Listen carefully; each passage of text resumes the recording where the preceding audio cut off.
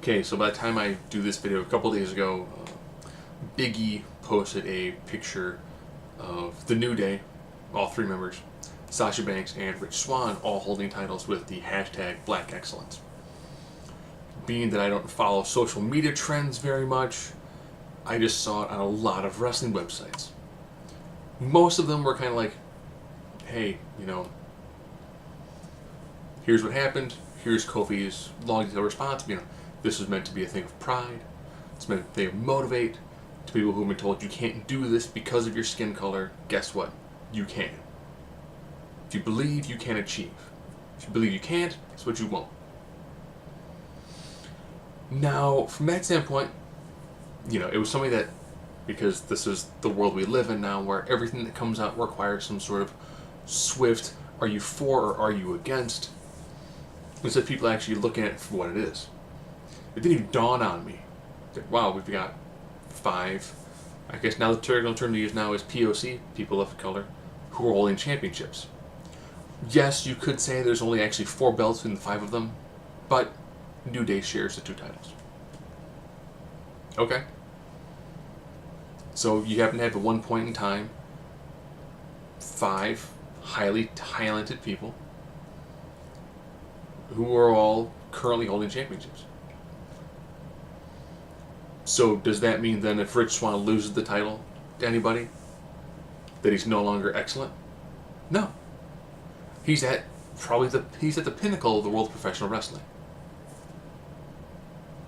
He's operating at a tremendously high caliber. He's good in the ring. He's highly entertaining. That's all it's ever really taken, was to be good in the ring, be highly entertaining. It's charisma. In the past, people asked, do I think the E is racist? No. Are the people who prime racist comments? Yeah. But name any company where you've got 0 jokes that could be considered offensive or insensitive to anybody. You're probably not going to find that many companies where someone at some point in time hasn't said something. He's been around for a long time. A lot of them are older people who actually grew up during times when racism was really systemic, and you said it to somebody's face because they didn't know any better. A lot of the younger people now, they're not going to, it's not going to be as clear cut. So, from that standpoint, congratulations. It's finally a time when, in the world of professional wrestling, there are not a tremendously large amount of black sports entertainers or black professional wrestlers. There's just not. If you look at through the history of it, there's not a lot. It's currently still very much predominantly it's a white, whether that's European, American. I mean, by American I say basically United States. Canadian. It's people who are considered Caucasian in some form or fashion, or Anglo-Saxon. So the fact that you have a time where you've got, a large group of African American wrestlers who are all holding championships. Okay? From my standpoint, they're all good at their jobs. I didn't sit back and go, man, they're some of the best black people. No, they are good, solid, professional wrestlers.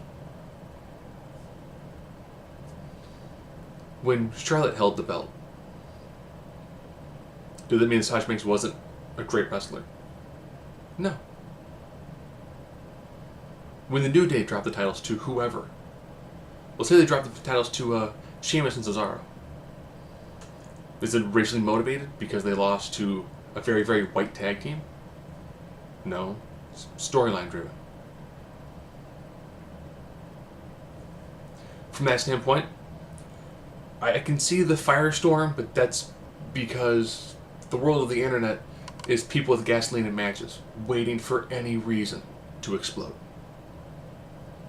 I read a lot of the comments where it's like, wrestling fans are butthurt because someone said, well, if I did the same comment, but I picked Miz, Owens, Styles, Randy Orton, Bray Wyatt, I said, white excellence, people call it racist.